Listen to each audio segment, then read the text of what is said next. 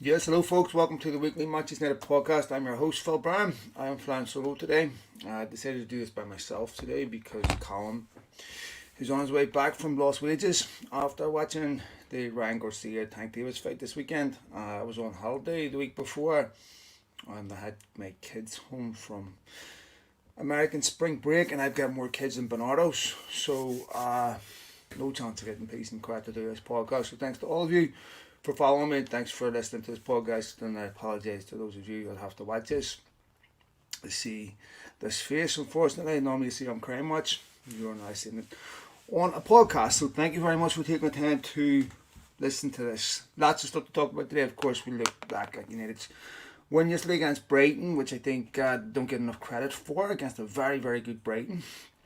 You know, lots of people think Brighton, and you think about their history, you think about the fact that they're, a mid-table football club for the most part, but that's really the wrong way to look at Brighton. Brighton are a team that should be on the verge of top four, and they were robbed against Spurs. They have a couple of games in hand. They've already beat United this season at Old Trafford. They beat them comfortably at the Amex last season. They're an exceptionally good football team, a model football club in how they run, and I'll tell you something, that midfield, whilst I admire that midfield, I can't tell you how mixed my emotions are when United are linked with Caicedo.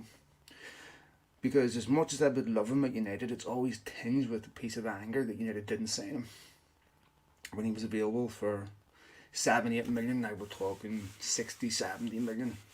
So unbelievably frustrating for United fans when you're linked with those types of players that really should have been at the football club. Solskjaer takes a lot of grief, but remember, he was the man that wanted Bellingham, he was the man that wanted Haaland.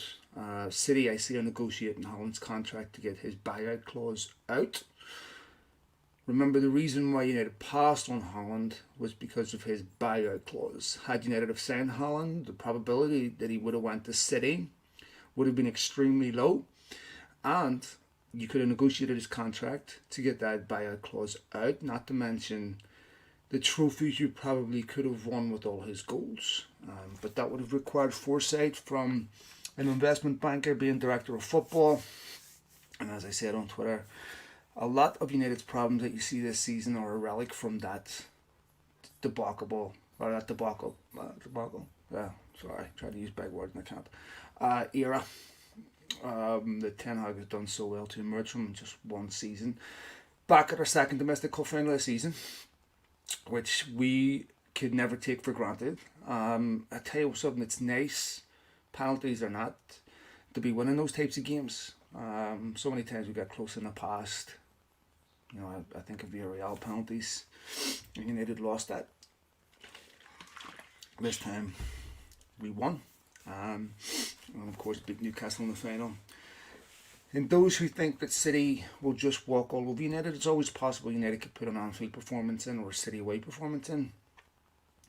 But it's also possible they could put an Anfield, a Liverpool at home performance in and a City performance at home. Remember, United beat City at home without Lisandro Martinez. Luke Shaw was at centre back that day. So who knows what is going to happen by the cup final. Haaland could be injured. They could have a couple of injuries. And I'm not saying that it's a choice. Obviously, you prefer still to be in Europa League. But if I did have a choice between still being in the Europa League and the FA Cup, I'd pick the FA Cup simply because it gives United a chance to stop City winning the treble.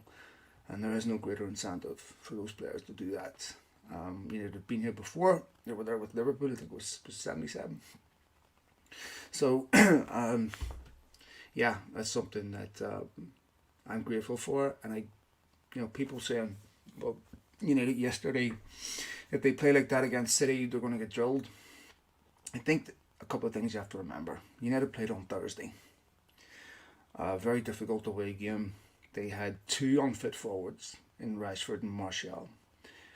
They had an unfit left back at centre back. Very good that he is.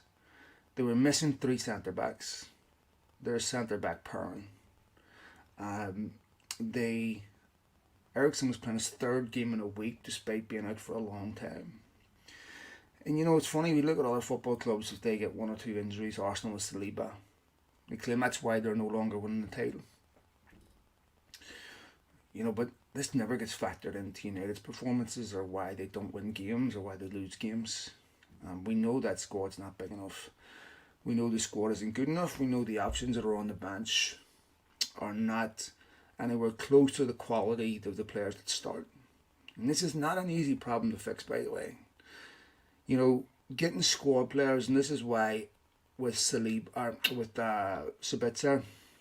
I would lean towards signing him. Not Weghorst, but Sabitzer. Because I think trying to get squad players that are of a certain value, that are willing to sit on the bench and not be in your best starting 11 every week, is hard to do. Because the bench is usually filled up with one of two types of players. You're either getting young players on the bench that are coming through your academy, and I don't think you need to have enough of them where they're of the required level. I'll be interested to see what happens with Diallo. I think they'll sell Mabry and a few others. I think Diallo has a chance of pulling back to United and playing his part. But the likes of Van de Beek aren't good enough. He's had too long to show. I know it's been unfortunate with his injury, but United have to move those types of players on. Harry Maguire has to be moved on. Harry Maguire is someone that looks like he's accepted that he doesn't have United future. He doesn't look like someone that's playing for United future, and rightly or wrongly, and I've said this before, he brings a nervousness to United's defending. What happened at Sevilla on Thursday never happens to Martinez. Yes, De Gea gives him a bad ball, but there's a million other things Maguire can do with that ball than play it the way he did, where he gave it straight to the Sevilla player, and he's done it many times. He's not good enough to play from the back. Not a bad defender in a team that plays with a low block, that doesn't play high. I mean, if you look at him against Forest, he gets booked in the second minute. Where is he? He's almost on the halfway line. Now, United had won their last 11 games that he started in, but look at the opposition. He doesn't get trusted in big games anymore. And he can't play the way Ten Hag wants to play. I think he had a good season with Solskjaer when United were playing that counter-attacking football that suited him. But once they start playing high, Maguire just isn't suited to that type of system. He doesn't have the qualities, and that's a player that has to get moved on. On the other hand, Victor Lindelof. Victor Lindelof is one of the top centre-backs that don't start in the country. If you can get a player of that calibre, and this is what I'm talking about with a squad, right? If you can get a player of that calibre that will sit on the bench and come on and play 15, 20 games a season for you, you are very, very fortunate. I can't remember the last time I looked at Lindelof in a game and thought he's a liability. I don't think he pairs up well with Maguire, but play him with a left-footed centre-back like he did yesterday with Shaw. He's much better on that right-hand side than Maguire. I would definitely keep Victor Lindelof. There's other things that we talk about with the potential takeover, which is dragging on, which is becoming a real nuisance, not just to fans, but I guarantee you that's a sentiment of people inside the football club. And I'm not just talking about the players.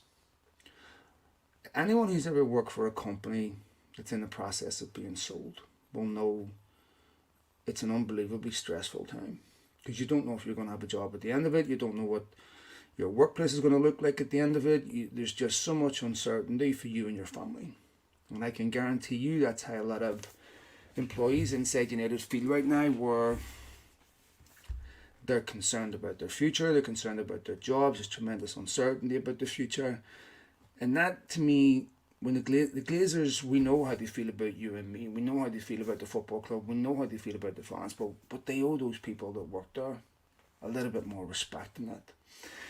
They owe them some certainty over their future. Clearly what the Glazers are doing is trying to squeeze every possible penny out of the football club. We know that. One of the biggest concerns, of course, is will they sell a minority stake and stay?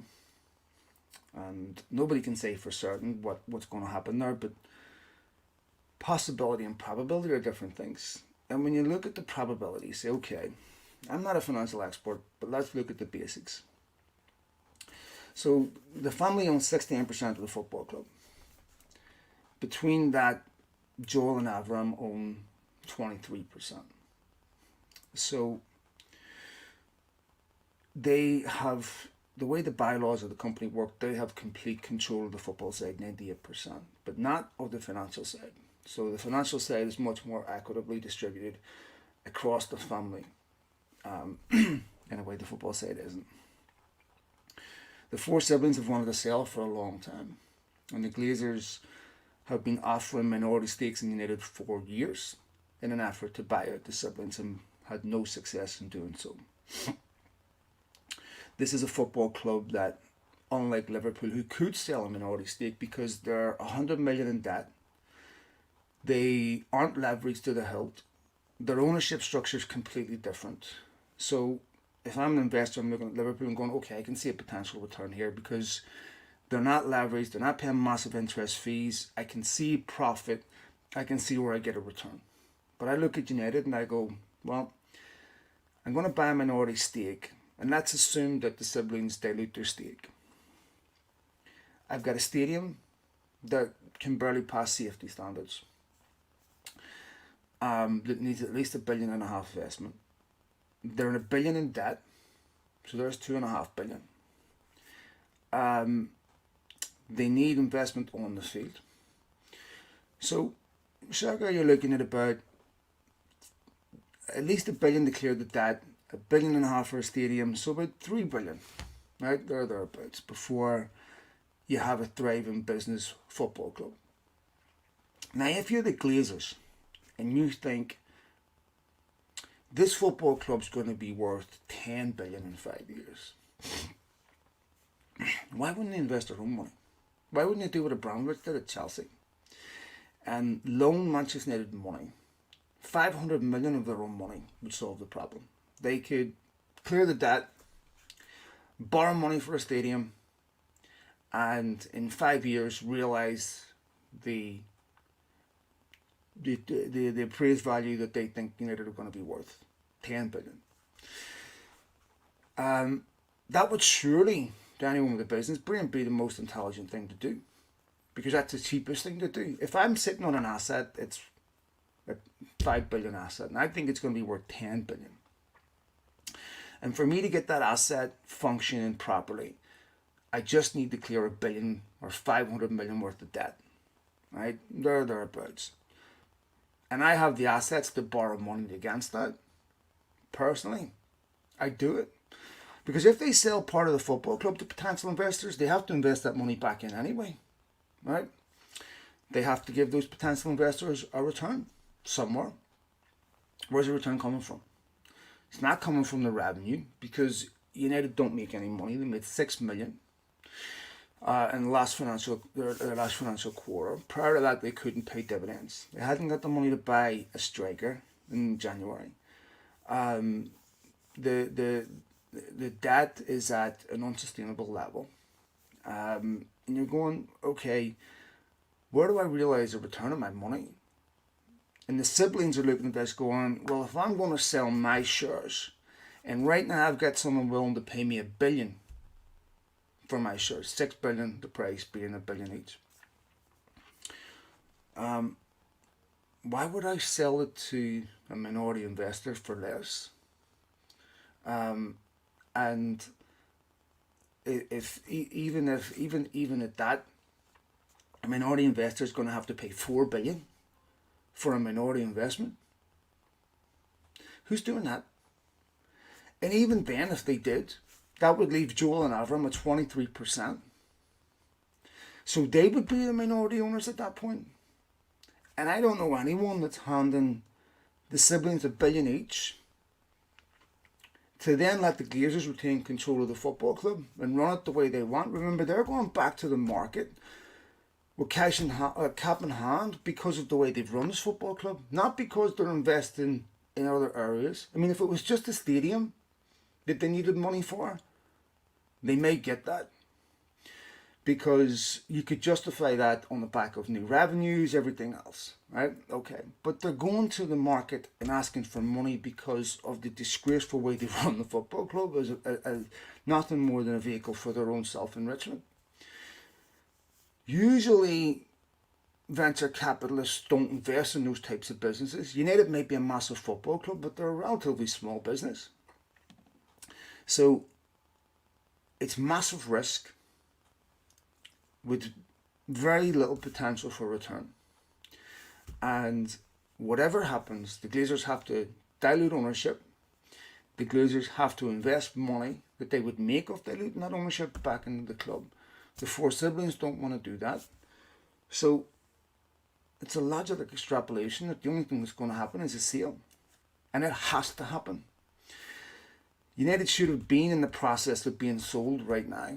Erik ten Hag has enormous work to do this summer. And if you speak to people in football, they will tell you that, listen to Eddie Howe yesterday talk about how long it takes to do big deals. Well, if you've got an asset in financial limbo, you can't sell anyone because those are listed as assets in an appraisal. So if the Glazers turn around and say, we're going to sell Harry Maguire for 30 million, and the owners go, well, we think he's worth 15. He's not yours to sell. You can't do that.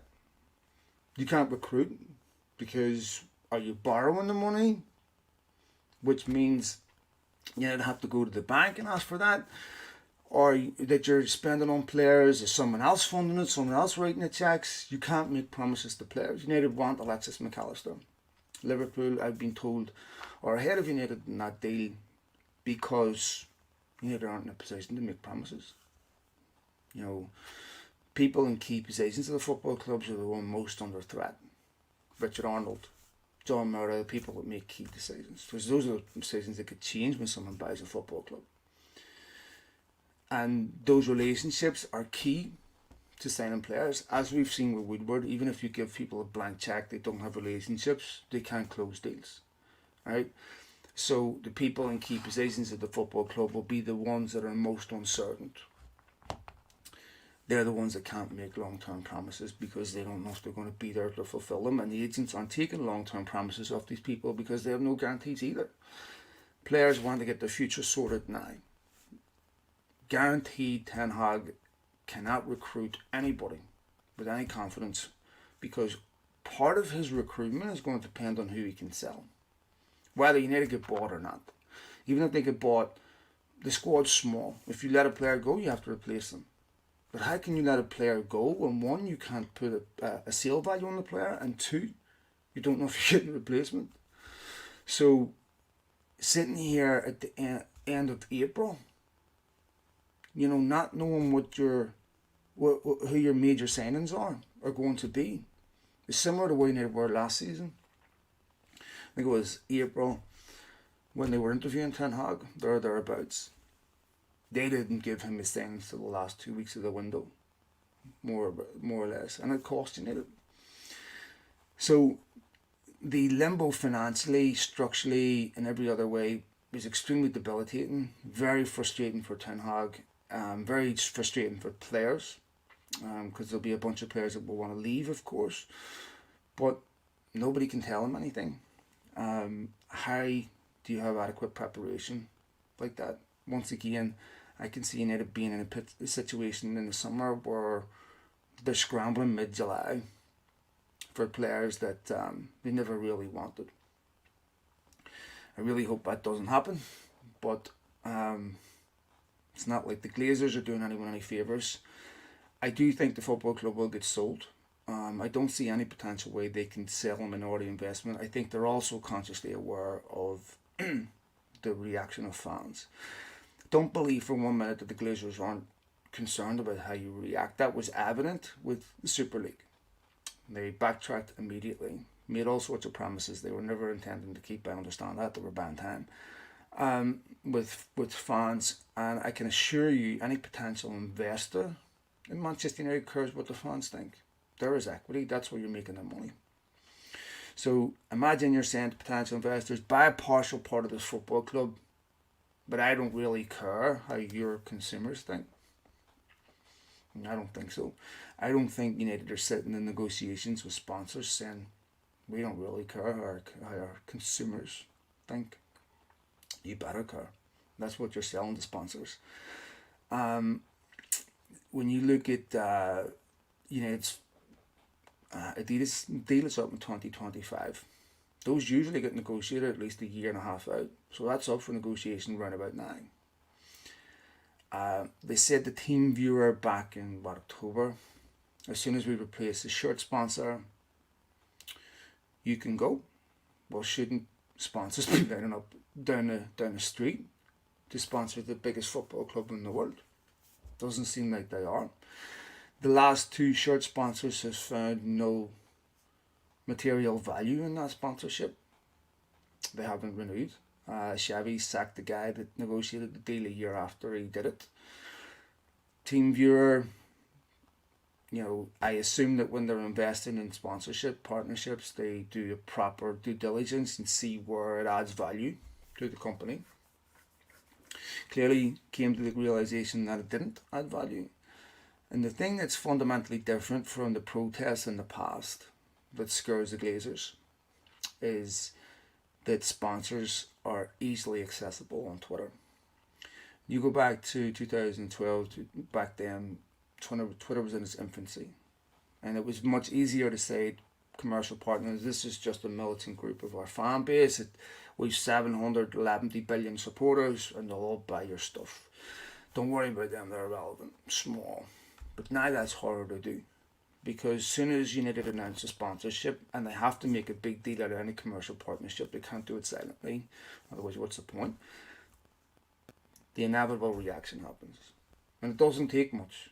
If you're a guy sitting behind a desk getting bombarded by 100 messages a day that are extremely virulent, that are extremely explicit, and all with a consistent message about not supporting the owners of the football club and you won't buy their product because of it, especially if it comes from some big accounts. People soon ask, why are we paying for this? We have other options, we have other football clubs, we have other teams we can do this with, we don't need to do this. So, that really limits their ability to generate revenue. Football clubs really only have a few areas they can generate revenue, match day revenue. We saw during COVID how much it hurt United not having match day revenue. So if the fans protest, don't buy stuff that has a material impact on United. It has television revenues, obviously the biggest. But the streaming bonanza never happened because piracy is too easy. Competition revenue through being successful, which is no guarantee. United are not, still not in the Champions League where the real money is. And then of course other sponsorship, stuff like that. So there's not massive amounts of revenue streams that are easily protectable from angry fans. So Glazers are going to find it really, really hard to put that cat back in the bag now that it's been out. And I do believe, given the current financial crisis, the fact that federal government raised interest rates again, the debt is increased due to the currency valuation changing between the dollar and the pound. The club is leveraged to the hilt. With all that uncertainty, they would have to be pathologically insane not to take a £6 billion offer. That offer might not be there a year from now. And who can forget Richard Arnold's comments a year ago, where it was all laid bare, where he said you can't go to Carrington and ask where's that billion we spent. You can go to Florida, mind you, and find the other $1.5 billion that they took, sure. But you can't go to Carrington and find the billion that they spent, that they squandered, that they wasted because they refused to listen to people that knew what they were doing. Refused. So, back then, what do you say? The money's there this summer, but after that, that's it. So, you were told a year ago the situation they found themselves in. I mean, if the Glazers were really thinking about selling a minority stake and continued to own this football club and were emotionally invested in the football club, they'd have given Ten Hag money in January. If you look at Wrexham, for example, it's easy to be cynical about that. But there's an example to me how you own a football club. People with big profiles, big platforms who immerse themselves in the local community, who listen to local people, who learned about the culture and the values of the football club, who are completely emotionally engaged in the success on the field, that have brought a scrutiny, and an attention to the league that other clubs are benefiting by. Ryan Reynolds out tweeting stuff about banning season tickets from Notts County. That's how you own a football club. They're completely emotionally engaged in Wrexham being successful. That, to me, is an example, not just of the Glazers, but anyone who wants to own a football club, right? Feel it like a fan feels it. And that's all we ask, right? You don't have to be Gandhi. You don't have to be Mother Teresa. None of us are angels, right? Obviously, there's different degrees of debauchery where it gets to a level where it's unacceptable. But please invest in the local community and care about the things that matter to the football club. Depending who you believe, depends on who's going to buy the football club, whether it's the Qataris or Sir Jim. I've been told both, been told neither, all sorts of stuff. It's head spinning, to be honest. But I would be surprised if, especially when you look at what happened with Elliot at Milan, if it ended up in a minority ownership partnership with the Glazers. I mean, they're completely toxic to the brand, and I just don't see where that incentive is, and that incentive hasn't been there for years. Let me read some of your comments here. Glazers, will DSL come to fruition eventually? I don't know if it will, and even if that does happen, it's still years away, and there's a lot can happen between now and then where the Glazers could easily find themselves in a very difficult financial situation. People don't realise how close they came to doing a Hicks and Gillette in 2012. They refinanced right before, a couple of months right before Hicks and Gillette tried to, and just about survived it. So I'm not sure that's a certainty. Also, David Heller's article on my investment policies. Yes, I spoke to David when this first happened. I have no doubt that there's people on the Glazers side leaking that, who would like people to believe that. I would be doing exactly the same thing. If you're a potential buyer of a football club, there has to be some incentive to continue to increase your bid. That's their job. The Glazers clearly, they clearly made sure that those other interested parties were muted and no longer talking to the public. There's a reason why it's been quiet. But I still believe 100% that football club will be sold for the reasons that I have already outlined. Obviously the summer needs the striker situation has to get addressed this summer. You have to move quickly on that.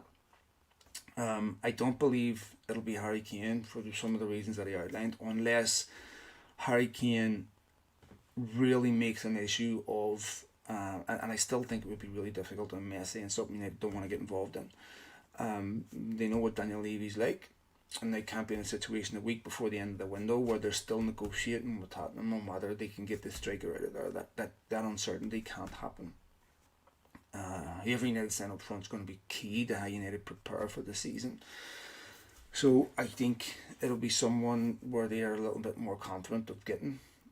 Obviously, if they avoid defeat against Spurs on Thursday, I'm pretty confident they'll qualify for top four. Top four, 2 finals, 1 trophy. I think is a very successful season for Ten Hag. I think he's done an exceptional job, to be honest. One of the hardest things in football is consistency, or hardest things in life is consistency. It's really difficult to maintain high standards every single week in your life, whether it's through your diet, sleep, mental preparation. Just the natural vicissitudes of life mean that you can't be 100% every week. And when you need to drop 5%, you see it. And Ten Hag probably won't get that consistency that City have until he has a complete squad. So I think some of the things that we've seen this season where United have been poor, probably not that surprising. Was it? You're permitted to tell us what the initial reaction was. Yeah, it all depends on who you believe here, mate. So I have information on my phone from people that I trust, that I can't say too much about, but I've hinted at in here. These are people that came to me in July It told me that United were for sale, and I ignored it, to be honest, because I've heard it so many times in the past, and it was wishful thinking. I thought, I don't think that's correct.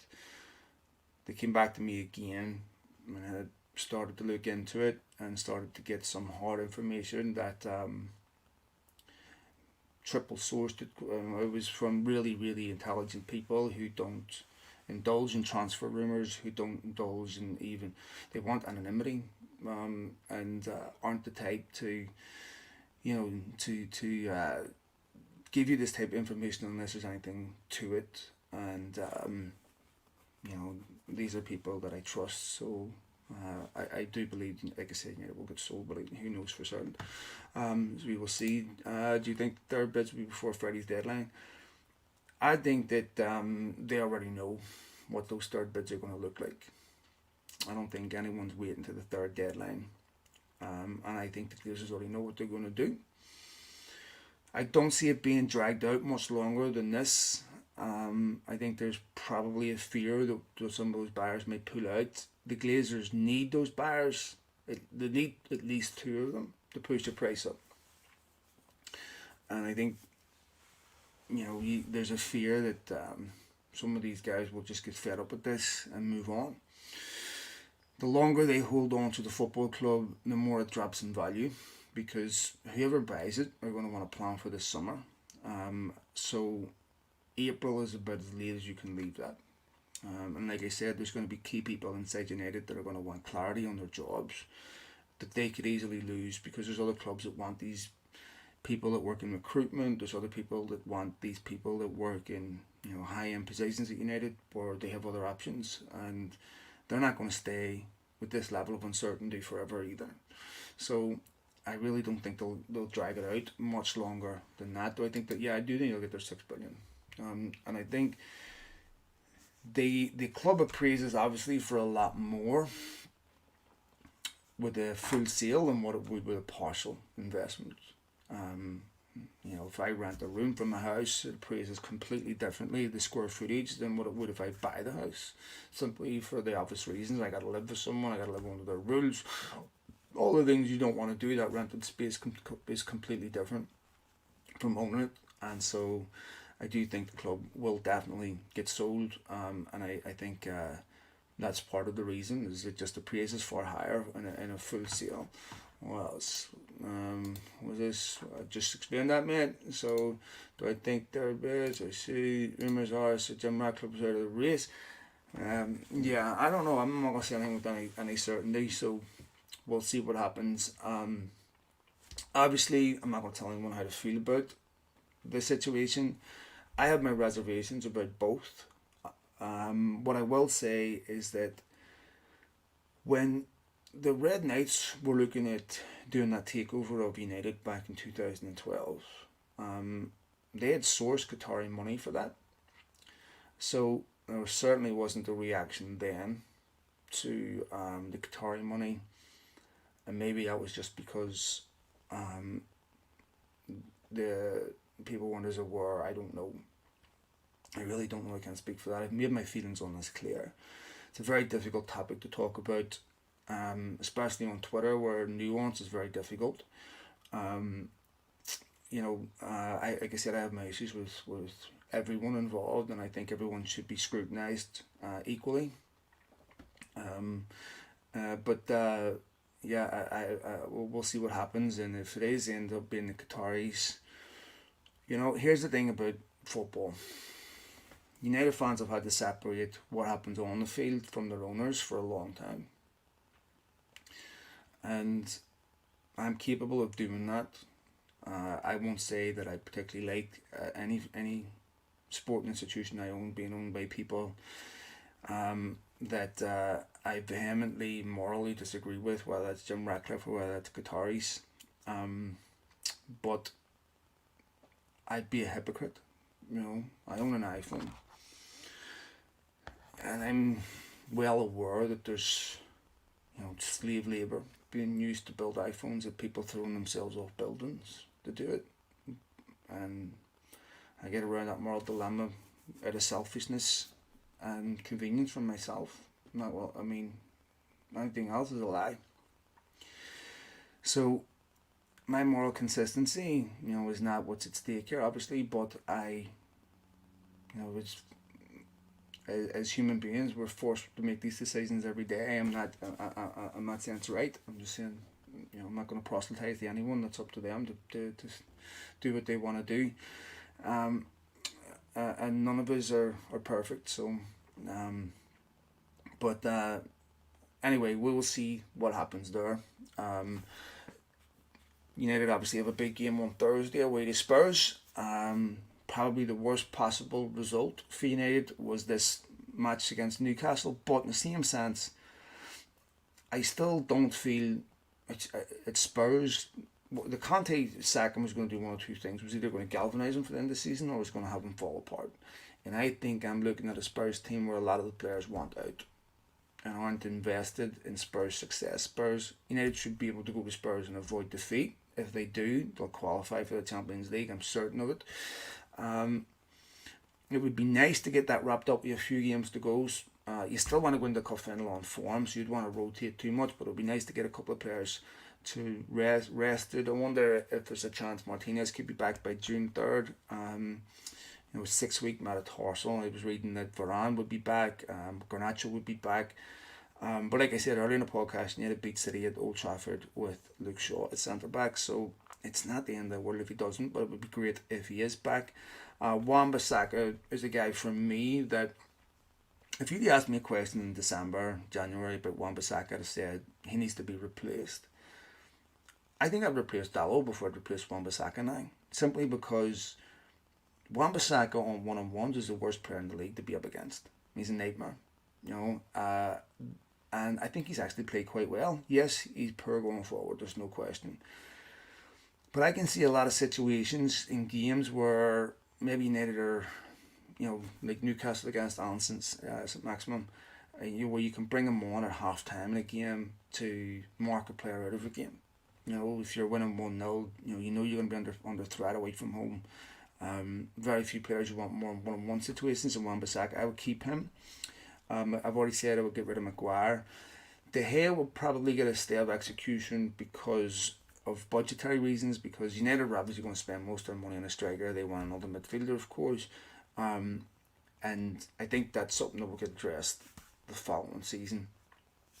I think he will get another year at United, and I think that they'll look to do something about that the following season. Obviously, Van de Beek should be moved on. I would not sign Weghorst. You can't sign Weghorst on emotion. Yes, a big man, he's committed to a football club. It's great to see him emotional, involved, and all that there. But a Manchester United player has to be more than someone that can press. And I never liked the criticism of Ronaldo solely on the fact that he couldn't press because he could finish. If a goal scorer can't finish, I look at so many games this season. Southampton at home. United have a goal scorer, they win that game. Leeds at home. United put Rashford down the middle, take Weghorst off, he scores immediately. Leeds away. Rashford scores immediately, put down the middle. To me, you can't have a guy up front that doesn't score goals. Not at a football club this size. Because there's too many games where that costs you. And you look at how many games United have drawn, stupid games, or lost by a narrow decision, by a narrow goal, where a goal scorer would have made all the difference.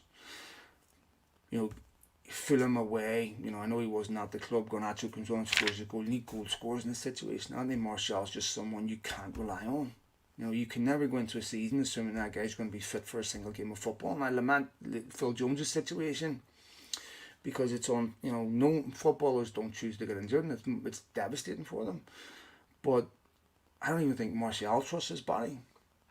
He was off against Sevilla, an abundance of caution. Martial doesn't have the injuries that he has. He probably plays through that. You'd probably let him play through that. He was poor against Sevilla away. He was poor at the weekend, no doubt. His movement, he didn't look fit to me. Same with Rashford, to be fair. When you're a top club, you can't have that. I mean, you look at City, they've got Alvarez and they've got Holland. Alvarez would have been starting almost every week for United. The backup striker would start for United. You look at these top clubs that all have these abundance of options up front. You can't be sitting going into a season relying on Weghorst and Martial. Truthfully, it's a miracle that Ten Hag's achieved what he has with that option up front.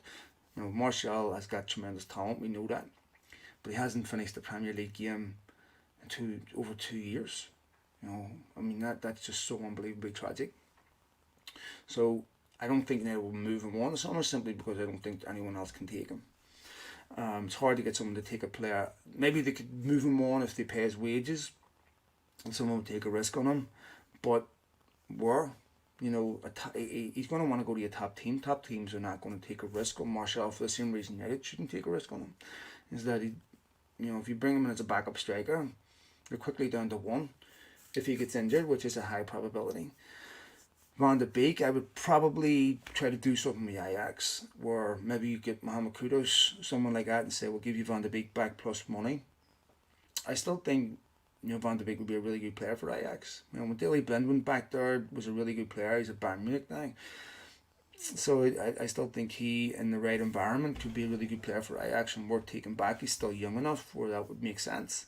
So I could see something like that happening. Jadon Sancho, I'm one of the fans about. It was a great penalty yesterday, delighted for him. And clearly, for me, with Sancho, the problem is mental. Identity crisis. Is he a winger? Is he a number 10? He's probably neither. Clearly suffering from confidence. But what I will say in Sancho's defence and Antony's defence, they're often judged by assists. But assists is a story that is of two parts. To get assists, you need a striker scoring goals.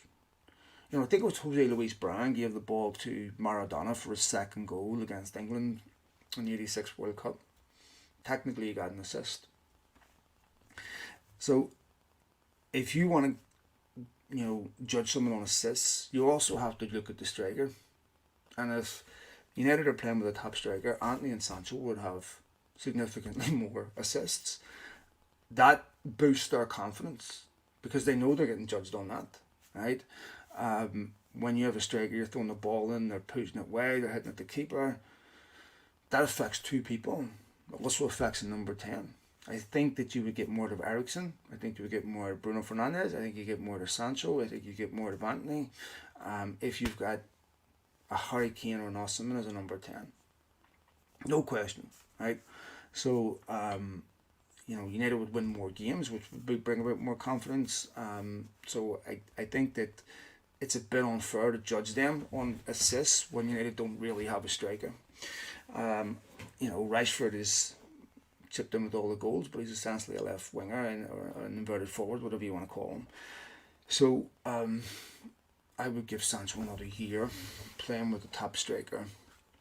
And, if you look at who he was playing with the Dortmund, he was playing with Holland, that's when you saw the best of Jadon Sancho, when he was playing with top strikers. And I think that'll happen. I think that he's clearly dealing with stuff, mental stuff. He's clearly a kid that's struggling with confidence. And I think that will improve with better strikers. If he didn't deliver next season with a better striker, then I agree that United would have to make a decision on him. And there seems to be a bit of a line that gets blurred sometimes between people that you criticise a player and say they're not good enough for Manchester United. Occasionally I get this coming back at me, is that what about his mental health? And I'm, as anyone knows me and knows, I'm a massive advocate for mental health. But let me just say this. If I show up at Old Trafford and Erik Ten Hag says, son, you're not good enough to play for Man United, that's not abuse. There's kids that are hearing that every single day in United's academy. It's not abuse.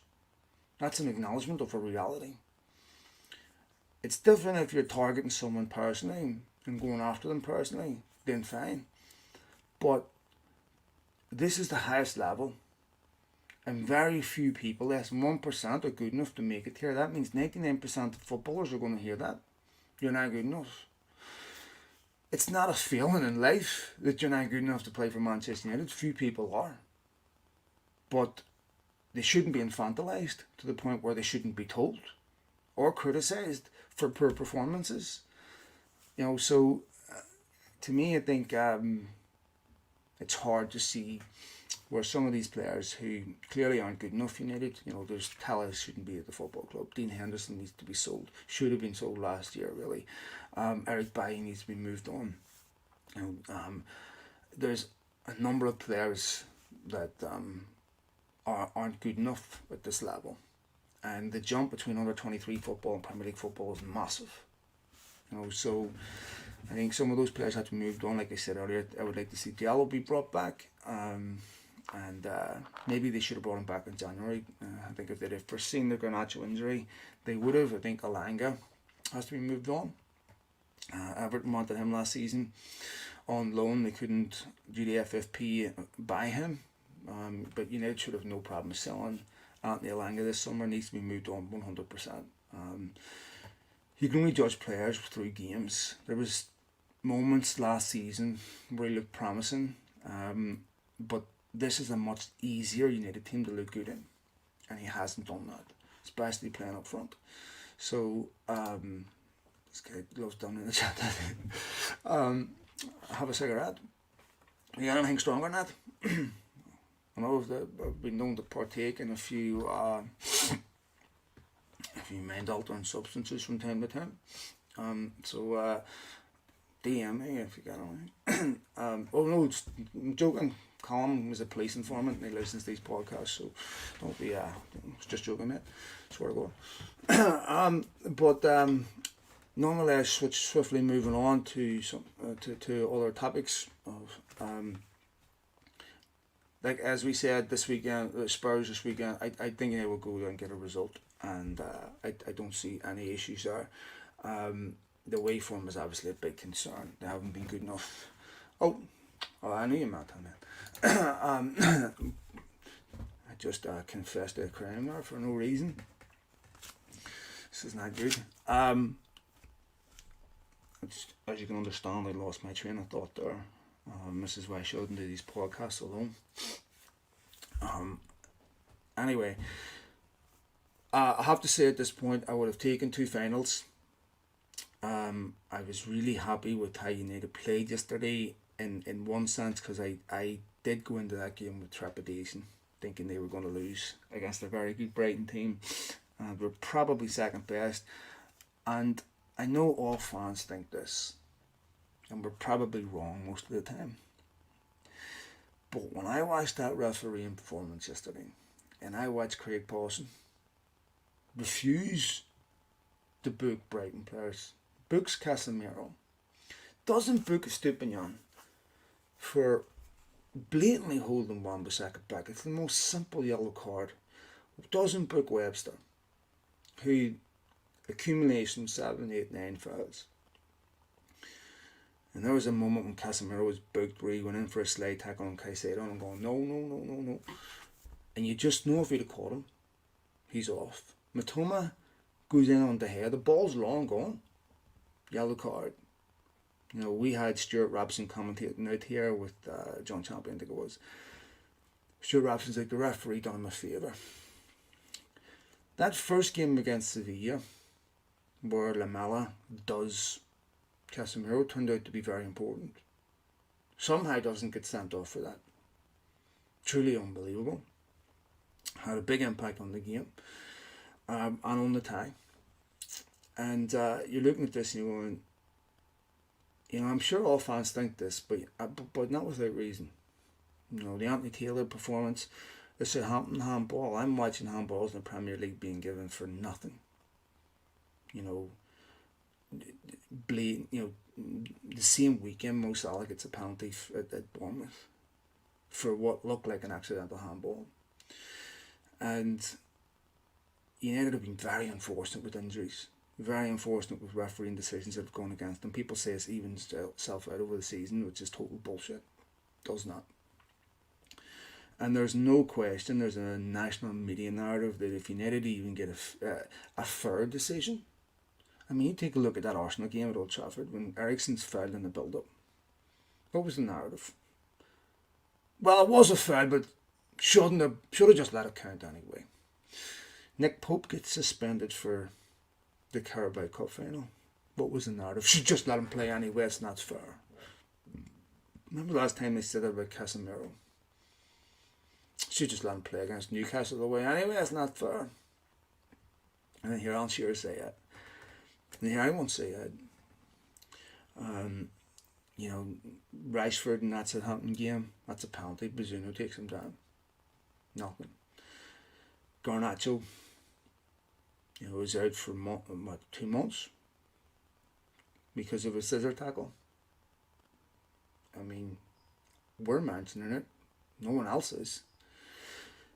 The only one I can think of where United got away with one was Sabitzer against Leicester, where he should have been sent off, I agree, where his foot was high.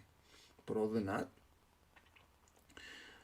it goes against United over and over and over again, and it never gets mentioned.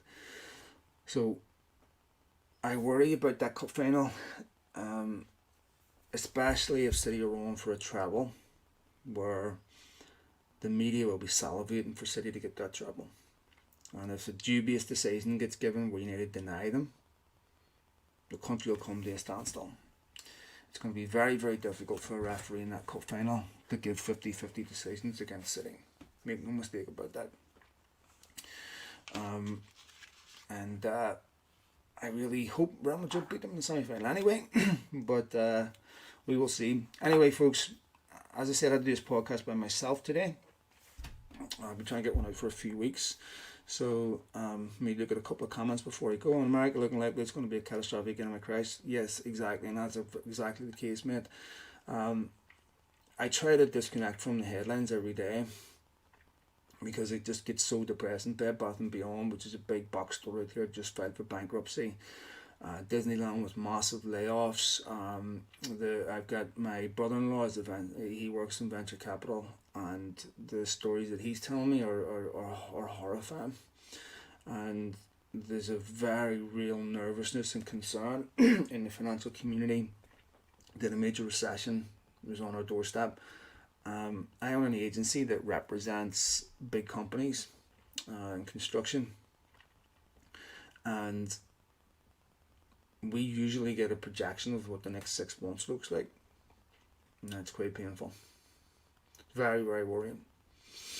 My next door neighbour owns 2 car dealerships. I'm the poorest guy in the street, don't worry about it. And he's telling me that the default rate on car loans now is similar to 2009. So it's very, very concerning. And when that happens, people with money hoard. They hedge. And the cost of getting that money goes up to obviously combat inflation. So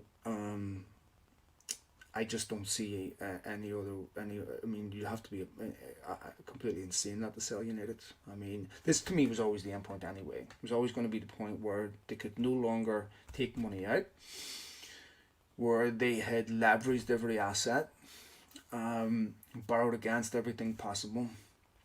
The stadium has a ruling against it where it is listed as a community asset or community, I can't remember the exact term, but basically what it means is if the Glazers want to sell Old Trafford, they're legally obligated to offer it to the council and the fans first. That would prevent them from using it as equity to get money against, and the bank being a lien holder, which is primarily why they fought that in court and lost.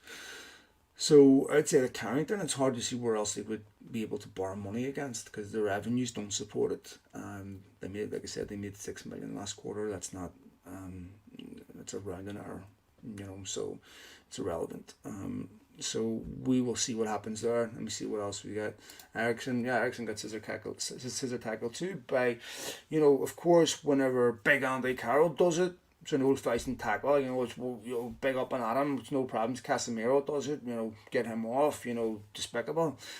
Gabby Bonahor, spontaneously combusts, and nobody says anything when it happens to the other players. How many signings do you think will make this summer? I feel we need minimum 4 or 5. All depends who owns a football club, my friend. If Ten Hag gets his way, I think you're looking at about 5 or 6. Because I think that's pretty much what we'll leave. So I think you're looking at least another midfielder, a striker, another centre back, possibly 2 midfielders. Because I think McTominay could go too. Not because Ten Hag would want to sell him, but because I think Scott, was at a point where he wants to play every week, and I don't think he gets, especially if you need to sign another midfielder like McAllister that plays in that double pivot. It's going to be really hard to see where McTominay plays. I think Fred will have a decision to make too if United can sign someone like Alexis McAllister, and I think even if they don't get him, they'll go after him. Goalkeeper, I would be surprised about, because goalkeeper is going to cost a lot of money, the ones that they want. So I think they'll sign a goalkeeper, but not a starting goalkeeper. I think they'll keep De Gea for another year and address that next year, assuming they get all the other positions right. I mean, remember, the striker is going to cost they're 100 million, thereabouts. United won't have an enormous amount of financial leverage to do, even with FFP above that, no matter who they're owned by. And I don't subscribe to the idea that if United get bought by the Qataris, it's going to kill competitive balance. All you can really do in football is buy 16 exceptional footballers, but that doesn't guarantee you anything. As City have found out, City and PSG can't buy a European Cup between them. So no matter who you buy, there is no players you can buy that will prevent you from losing a football game, that will prevent you from losing against other teams that can do the same as you.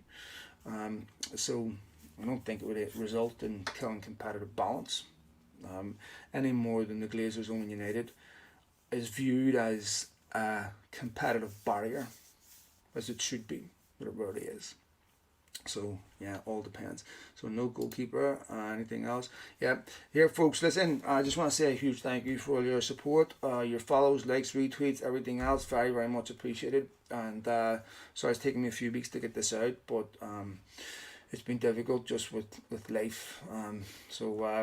But I'm happy to record on my own when I need to. So thanks to all of you, and take it easy. Much love to you and your families. I hope your mental health is good, your physical health is good. Take it easy, be good to yourself, and hopefully you get a result on Thursday.